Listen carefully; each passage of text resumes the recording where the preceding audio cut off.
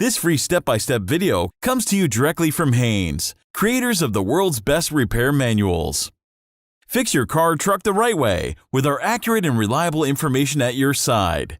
You can complete more than 200 jobs on this vehicle when you purchase the complete online manual at Haynes.com. Fuel pump replacement.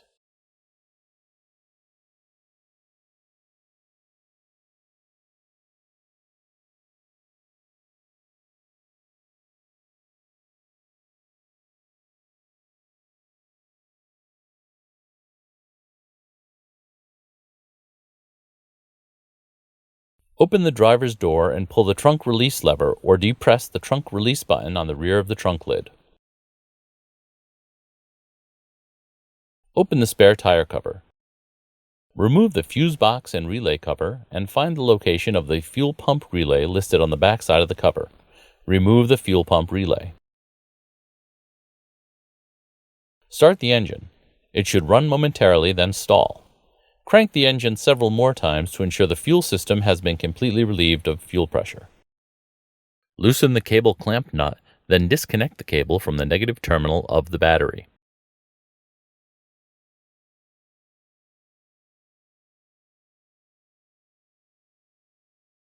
Relieve the fuel pressure in the tank by removing the fuel filler cap, then reinstall it. Open the rear doors.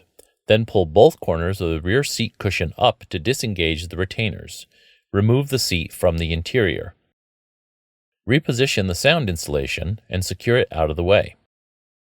Using a screwdriver, pry and remove the fuel pump module access cover and disconnect the electrical connector from the fuel pump module. Blow the area on top of the pump module with compressed air to get rid of any debris. This area must be thoroughly cleaned before proceeding. Rotate the lock ring counterclockwise a little at a time until it's loose. A special tool designed for this purpose is available, but a pair of large channel locking pliers or a hammer and a brass punch will work. A screwdriver can also be wedged between the lock ring and stop to help with loosening. Use caution to avoid creating sparks. Remove the lock ring. Position a small drain pan lined with shop rags to place the fuel pump module in once it is removed. Place plenty of shop rags in the surrounding area to minimize fuel spillage. If the fuel tank is half full or more, lift the fuel pump module mounting flange slightly and insert a siphon hose into the tank. Pump or siphon the fuel from the tank into a large fuel-safe container until the level is a few inches below the top of the tank. When you are done siphoning the fuel, cover the hose with a rag and wipe it clean as you remove it.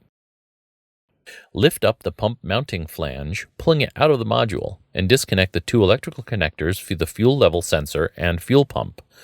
Do not lose the spring. Release the safety tabs and disconnect the fuel line connectors from the top of the pump module, taking note of their locations for reinstallation.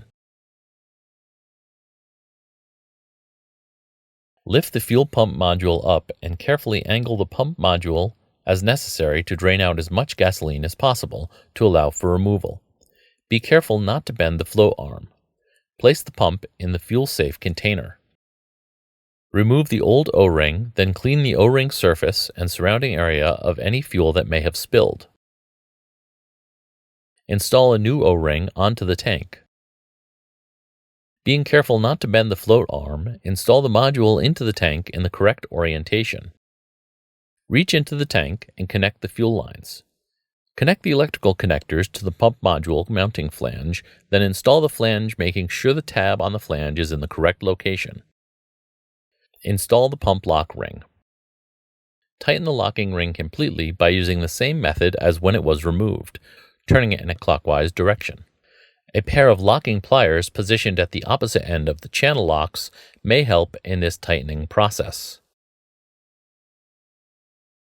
Connect the electrical connectors to the pump module mounting flange, then install the flange, making sure the tab on the flange is in the correct direction. Connect the electrical connector to the module flange, then install the cover and reposition the sound insulator. Install the rear seat cushion. Press the seat corners down until the seat retainers lock into place.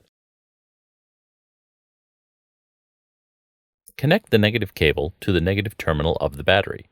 Tighten the cable nut securely. Reinstall the fuel pump relay back into the power distribution center. Close the spare tire cover and trunk.